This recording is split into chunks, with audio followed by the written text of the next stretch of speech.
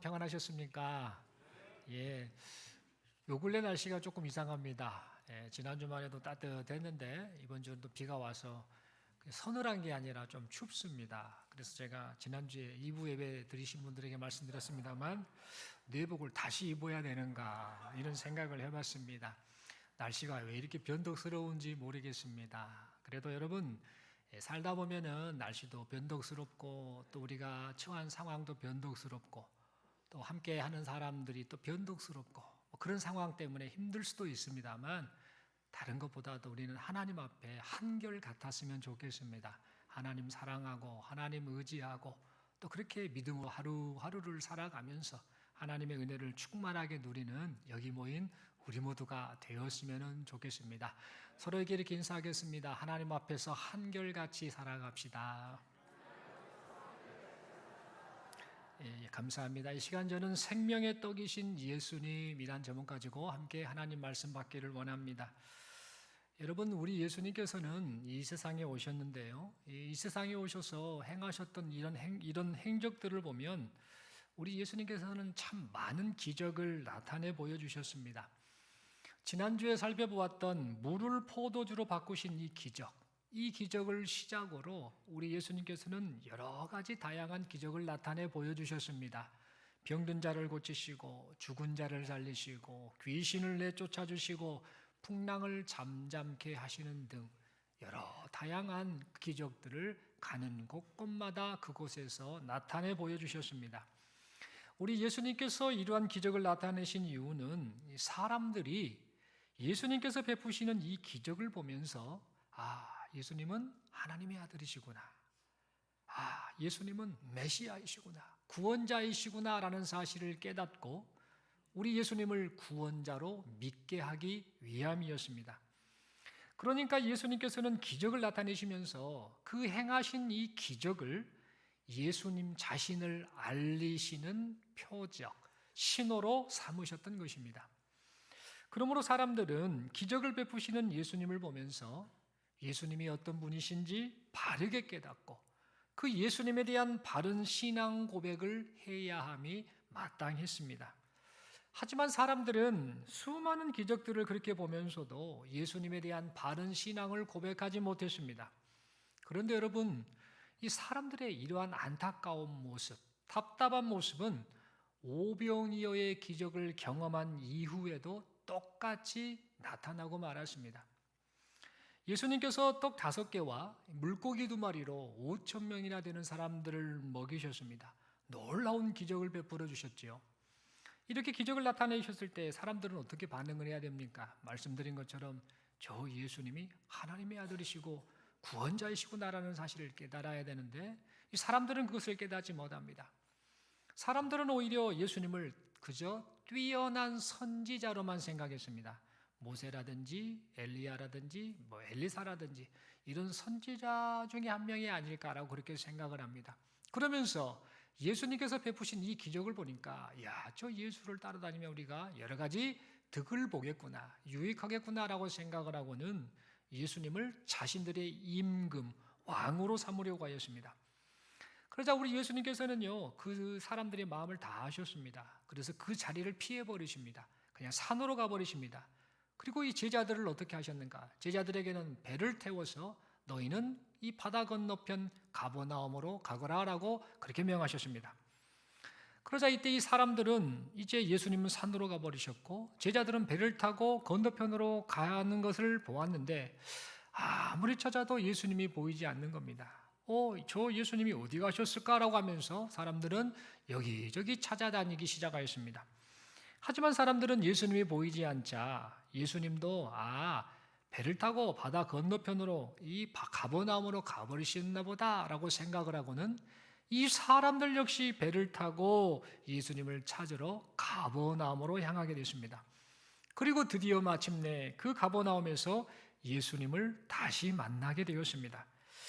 이제 이 많은 사람들이 배를 타고 예수님을 찾아오니까 예수님께서 이런저런 반응을 보이실 텐데 잘 왔다라고 반응을 하셨으면 좋겠는데 우리 예수님께서는 그렇게 자신을 찾아오신 사람들을 향해 조금 다른 의미의 말씀을 하고 계셨습니다. 어떤 말씀을 하셨는가?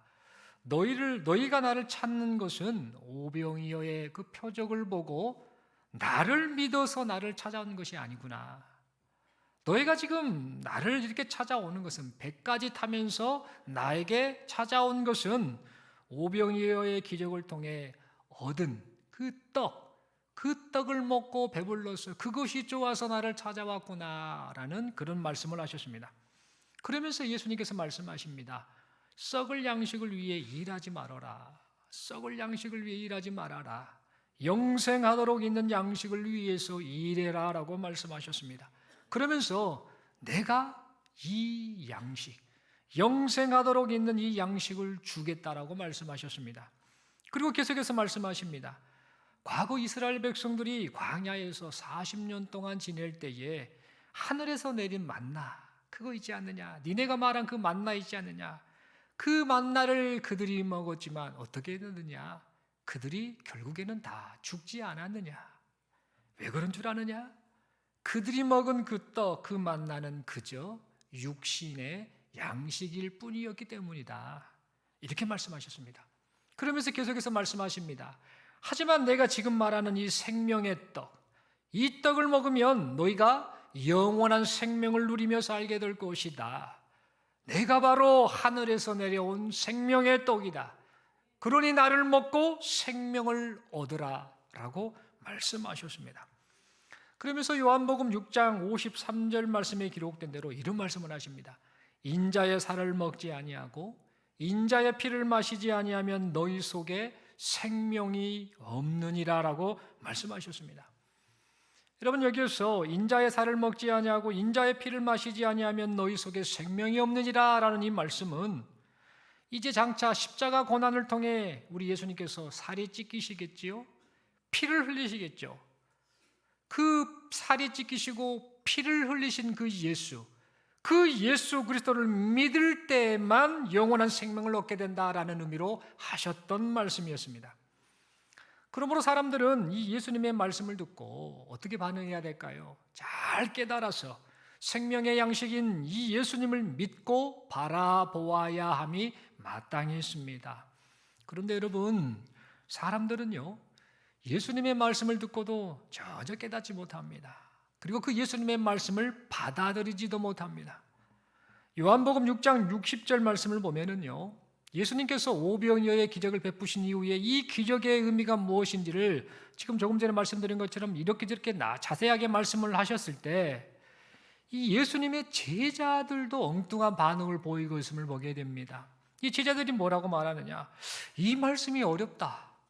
지금 예수님이 하신 말씀이 너무 어렵다. 어려워서 누가 이 말씀을 받아들이겠는가라고 예수님을 따르는 제자들까지 참 한심스러운 모습을 보이고 말았습니다. 그리고 요한복음 6장 66절을 보면은요, 예수님께서 이렇게 말씀하신 이후에 그 후부터는 예수님을 따르던 그 사람들 중에, 그 제자들 중에, 그 많은 사람들 중에 그 일부가, 상당한 숫자가 예수님을 떠나버렸습니다.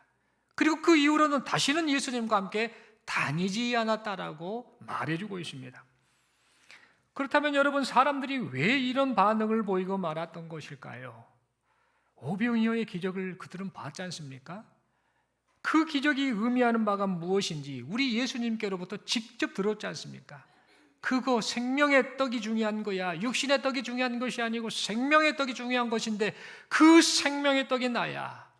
그것을 먹으면 영생할 것이야 라는 이렇게 꼼꼼하게 가르쳐 주시는 그 말씀을 사람들은 직접 들었음에도 불구하고 이 사람들은 왜 예수님의 말씀을 깨닫지도 못하고 받아들이지도 못했던 것일까요? 그래서 결국 예수님을 그렇게 떠나버리고 말았던 것일까요? 여러분, 그 이유는 이 사람들의 관심, 예수님의 그 표적 나타내시는 그 모습을 보던 사람들의 관심이 온통 지금 살고 있는 현세에만 치중되어 있었기 때문입니다.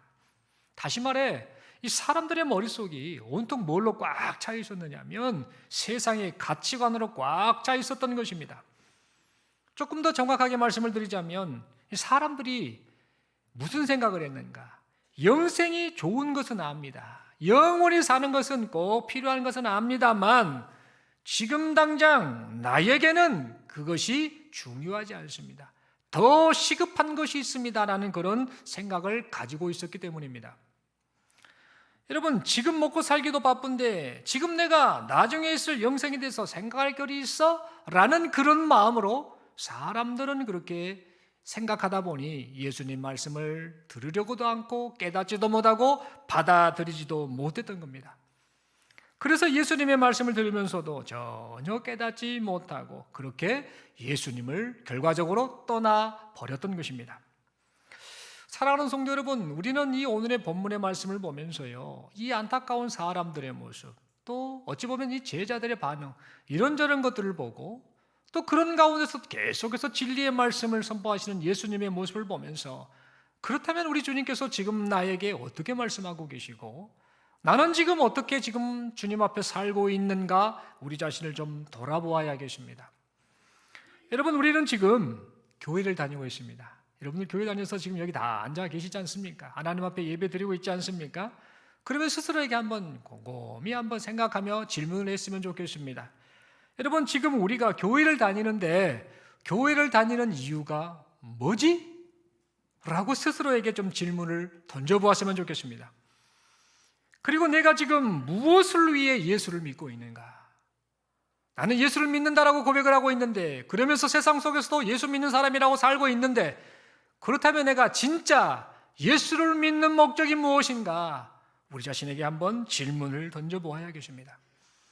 또한 내가 지금 관심을 가지고 얻으려고 하고 쌓으려고 하고 있는 양식, 그 인생의 양식이 이 세상에서만 누리는 썩을 양식인지 아니면 하나님 나라의 영원한 양식인지 가만히 조금 생각을 해보아야겠습니다. 여러분, 물론 사람은 누구나 지금 살고 있는 현세의 삶에 최선을 다해야 합니다. 열심히 살아야 합니다. 현세의 삶을 잘 살기 위해서 어떻게 해야 됩니까? 잘 먹어야 됩니다. 잘 먹어야 건강하지요. 또 현세의 삶을 잘 살기 위해서 잘 배워야 합니다. 잘 배워서 그 쌓은 지식을 가지고 지혜롭게 살아야 되는 것이죠. 또 현세의 삶을 잘 살기 위해서 어떻게 해야 됩니까? 열심히 땀을 흘리며 부지런히 살아야 합니다. 그래서 현세의 삶이 후회 없고 가치 있는 삶이 되어야 합니다. 이것은 성도든 성도가 아니든 상관없이 이 세상에 사는 모든 사람이라면 누구나 반드시 추구해야 할 삶의 모습입니다. 그런데 여러분, 우리 예수님께서는요, 사람에게 주어진 삶이 현세의 삶만 있는 것이 결코 아니다라고 말씀하고 계십니다. 장차 영원토록 살아갈 영원한 삶이 있다라고 말씀하고 계십니다. 그래서 우리로 하여금 현세의 삶만을 생각한 채 썩을 양식을 위해 일하지 말라라고 말씀하고 계십니다. 그리고 뭐라고 말씀하시는가? 영생하도록 있는 양식을 위해 일하라라고 그렇게 말씀하고 계십니다. 하지만 여러분, 사람들은요, 가만 보면 눈앞에 보이는 현세의 삶에만 모든 관심을 가지고 살아가고 있습니다. 지금 잘 먹어야 돼.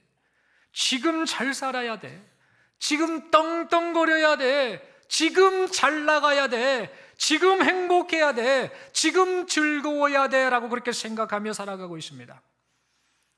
여러분, 이런 모습은 누가복음 12장에 기록된 썩을 양식에만 관심을 가진 한 부자에 관해 말씀하신 예수님의 비유를 생각해야 합니다. 여러분, 그 이 비유의 내용은 다음과 같습니다. 어떤 한 부자가 있었는데 이 부자의 밭에 이 소출이 풍성했습니다.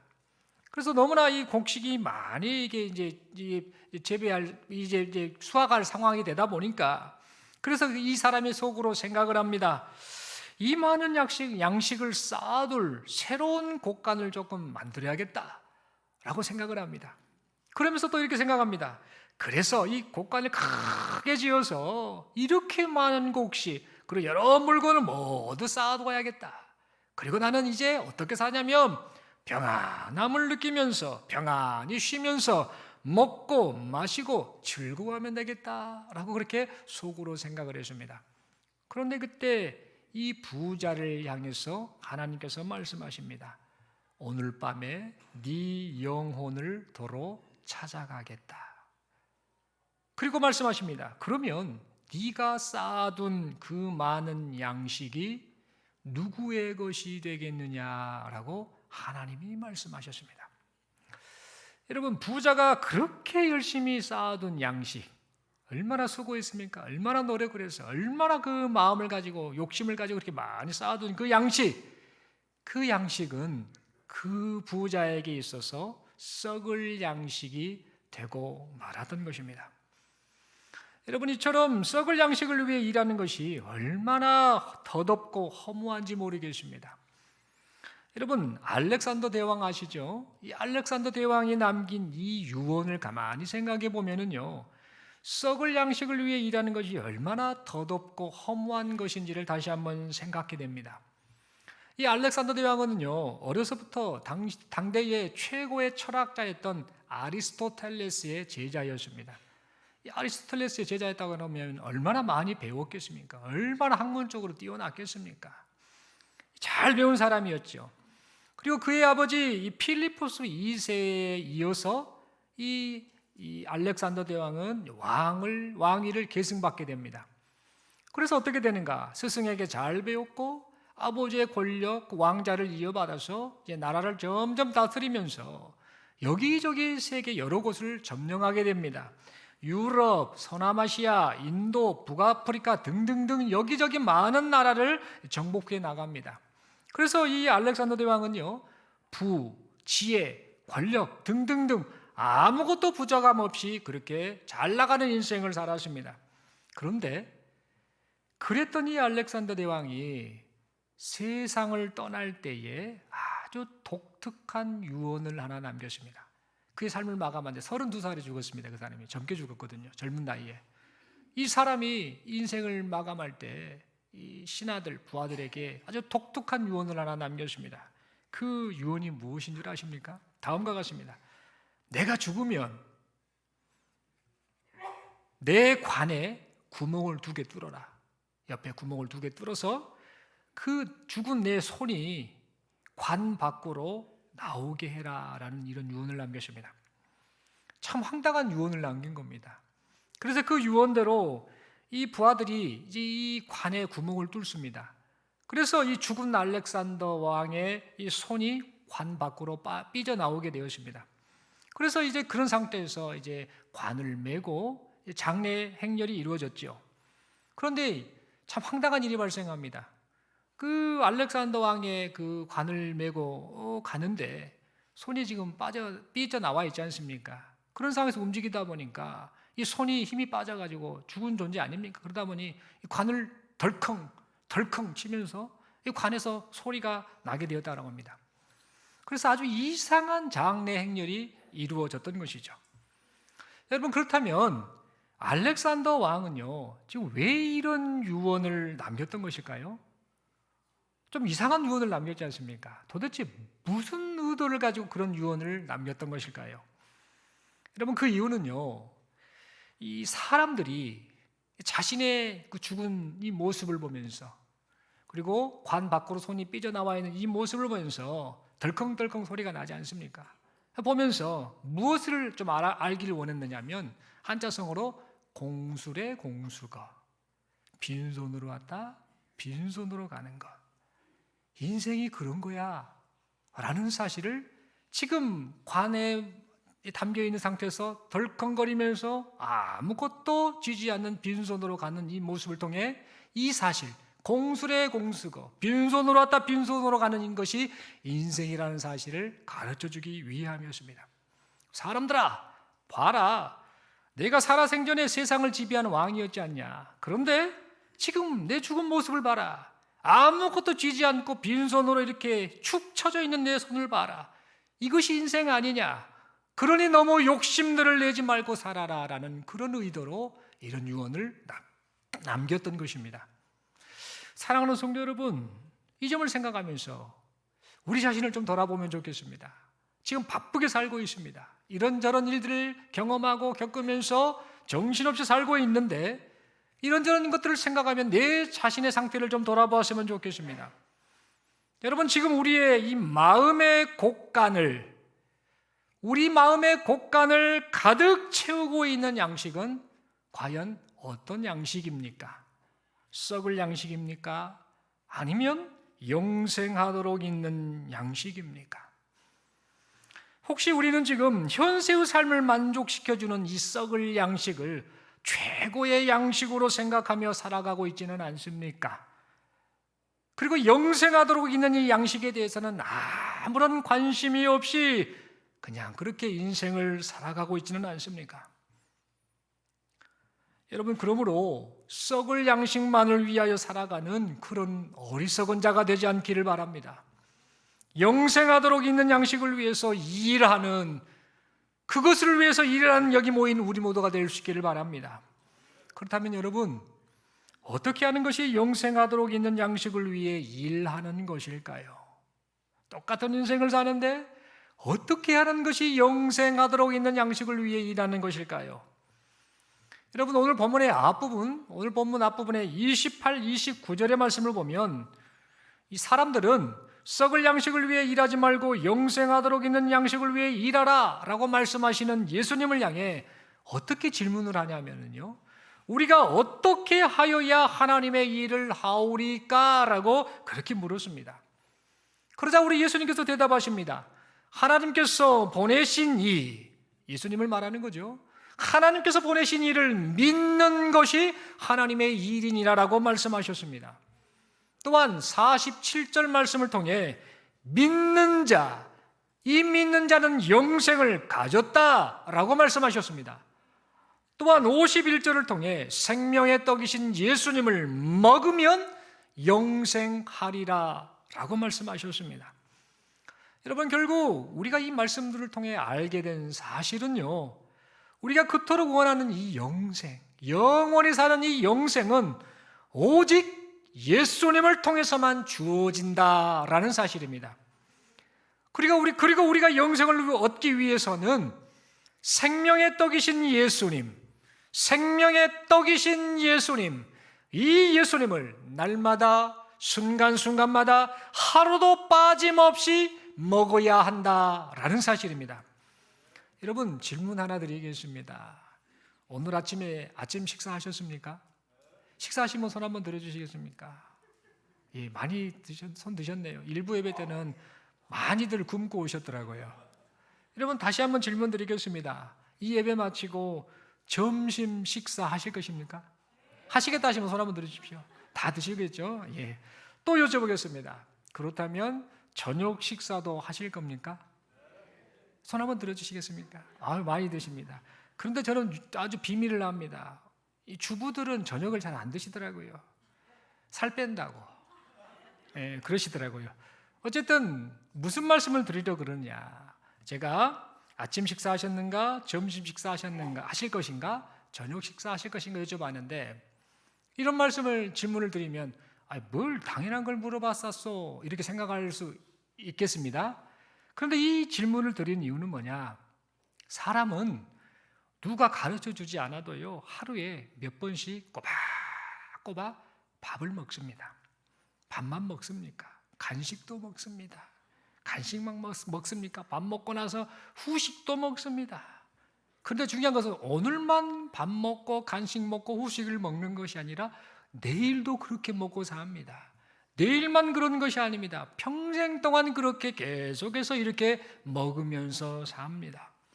여러분, 왜 이런 그 모습, 이런 행동을 하는 것일까요?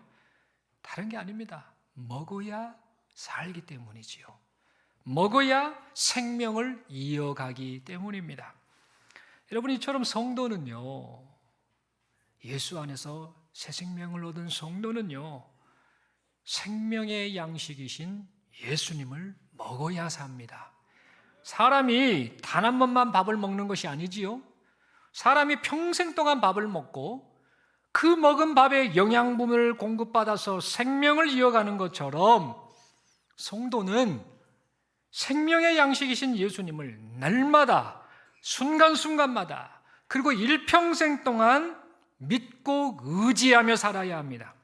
그래야 영원한 생명을 누릴 수 있기 때문입니다. 사랑하는 성도 여러분, 그러므로 우리에게 주어진 이 인생 있지 않습니까? 이 인생을 좀 열심히 살았으면 좋겠습니다. 특별히 열심히 살되 썩을 양식을 위해서만 살지 않기를 바랍니다. 영생하도록 있는 양식을 위해서 살아가는 우리 모두가 되기를 바랍니다. 오병이어의 표적을 경험하고도 예수님을 믿지 못한 채 그저 현세의 만족을 위해 예수님을 찾았던 그런 사람들처럼 살지 않기를 바랍니다. 여러분, 썩을 양식만을 추구하다가 욕구가 충족되지 않자 사람들은 어떻게 했습니까? 예수님을 떠나버렸지 않습니까? 이런 모습을 우리는 담지 않기를 바랍니다. 지금 눈앞에 보이는 인생, 내가 지금 살고 있는 이 인생, 이것이 전부라는 착각을 어서 빨리 버릴 수 있기를 바랍니다. 무엇보다도 내게 잠시 잠깐 배부름을 주는 것들 있지 않습니까? 내게 만족을 주는, 배부름을 주는 것들, 이런 것들이 생명의 떡이다라는 그런 착각을 어서 빨리 버릴 수 있기를 바랍니다. 여러분, 지난주에 어느 분이 콩가루와 쑥떡을 좀 주셨습니다. 참 맛있게 보이는 쑥떡과 이 콩가루를 받아서 이제 그것을 먹어야 되는데, 그렇게 맛있어 보이는 이 쑥떡과 콩가루를 보고 제 아내가 이거 가서 목사님들하고 좀 나눠 드세요 하고 좀 싸주더라고요. 그래서 그걸 딱 싸가지고 와서 또 그거를 콩가루를 탁 뿌려가지고 탁 조물럭조물럭 해가지고 아주 기가 막히게 맛있게 이 콩쑥떡을 만들어 먹게 되었습니다. 그래서 이 아주 맛있어 보이는 인절미를 보면 여러분 지금 꿀꺽꿀꺽 하시지요? 얼마나 맛있게 생겼는지 모릅니다. 그래서 사무실에서 목사님들과 함께 그 맛있어 보이는 그 쑥떡, 이 콩가루 쑥떡을 막 먹으십니다. 그렇게 맛있게 먹는데 이분들이 이미 다른 걸 먹고 왔는데도 그 떡이 너무나 맛있었던지 그 목사님들 중에, 우리 부목사님들입니다, 목사님들 중에 한 분이 이렇게 말하대요. 와, 떡이 진짜 맛있네요 라며 이렇게 그 떡을 아주 맛있게 거의 절반 이상 혼자 다 먹었습니다. 그분이. 여러분, 그렇게 말한 목사님이 과연 누구였을까요? 눈치채셨지요? 이생명 목사님입니다. 여러분, 이생명 목사님이 그 떡을 그렇게 맛있게 드시더라고요. 그래서 제가 속으로 이렇게 생각을 했습니다. 지금 내가 먹는 떡은 분명 쑥떡인데 이생명 목사님이 먹고 있는 떡은 생명의 떡이구나 라는 사실을 속으로 생각을 했습니다. 그 이름 따라서 저 사람이 먹고 있으니까 이 생명이라는 사람이 먹은 떡이 생명의 떡이구나 라는 그런 우스갯소리 들린 생각을 했었습니다. 여러분, 웃으시라고 이렇게 말씀을 드린 겁니다. 여러분, 콩가루가 묻은 쑥떡이 어찌 생명의 떡이 되겠습니까? 콩가루가 묻은 쑥떡이 제 아무리 맛있고 제 아무리 몸에 좋다 할지라도 그 떡은 그저 그냥 육신의 생명을 조금 공급해주는 떡에 불과합니다. 저나 이생명 목사님이나 그리고 다른 목사님들에게 몸의 살만 찌우게 해줄 뿐 영원한 생명을 주지는 못합니다. 여러분, 무슨 말씀 드리려고 그럴까요? 그러므로 살면서 나에게 잠시 잠깐 배부름을 주는 것들, 만족을 주는 것들, 이런 것들을요 생명의 떡이다라고 착각하는 그 착각을 어서 빨리 버리기를 바랍니다. 여러분, 물론 이러한 것들이 현세의 삶에 꼭 필요합니다. 열심히 살아야 합니다. 썩을 양식으로 보인다 할지라도 그것 가지고 우리가 먹고 살지 않습니까? 그거 필요합니다. 그것을 부정하자는 것이 아닙니다. 그러나 그것보다 더 중요한 양식이 있다는 사실을 잊지 말자라는 겁니다. 여러분, 이 현세의 삶에 필요한 썩을 양식은요 언젠가는 사라져버릴 양식일 뿐입니다. 이 사실을 우리가 잊지 않아야겠습니다. 그리고 무엇보다도 우리가 인생을 살면서요 예수님을 믿고 신앙생활을 하되 썩을 양식을 위한 신앙생활을 하지 마시고 영생하도록 있는 양식, 이 양식을 구하며 신앙생활하시는 여기 모인 우리 모두가 될 수 있기를 바랍니다. 또한 성도에게는 영원히 사는 인생이 약속되었다라는 것. 그리고 지금 예수 믿는 그 순간 영생을 이제 소유하게 되었다라는 사실을 생각하면서 생명의 양식이신 예수님만을 순간순간마다 날마다 일평생 동안 믿고 의지하며 살아가시는 여기 모인 우리 모두가 될 수 있기를 바랍니다. 그리하여서 생명의 양식이신 예수님으로 말미암아 지금 살고 있는 우리의 삶 자체가 생명력이 넘쳐나는 인생을 살고 앞으로도 영원토록 생명력이 넘쳐나는 인생을 살아가시는 우리 모두가 될 수 있기를 간절히 소망합니다. 우리 서로에게 이렇게 인사하겠습니다. 예수님은 생명의 떡이십니다. 한 번 더 인사하겠습니다. 생명의 떡을 날마다 드시고 있습니까? 마지막으로 인사합니다. 예수 생명으로 충만하시기를 바랍니다. 아멘이시지요? 우리는요, 신분 자체가 다른 존재들입니다. 예수 안에서 영생을 이제 선물 받은 사람들입니다. 이 땅에서 사니까 죽은 후에 영생이 있다고 그렇게 생각하시면 안 됩니다. 성경은 그렇게 가르치지 않습니다.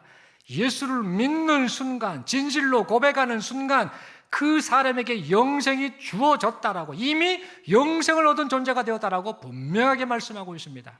그러니까 이 사실을 믿고 지금 내가 살고 있는 인생이 이런저런 유혹이 오고 시험이 오고 어려움이 온다 할지라도 아니야, 나는 예수 안에서 영생을 소유한 사람이야.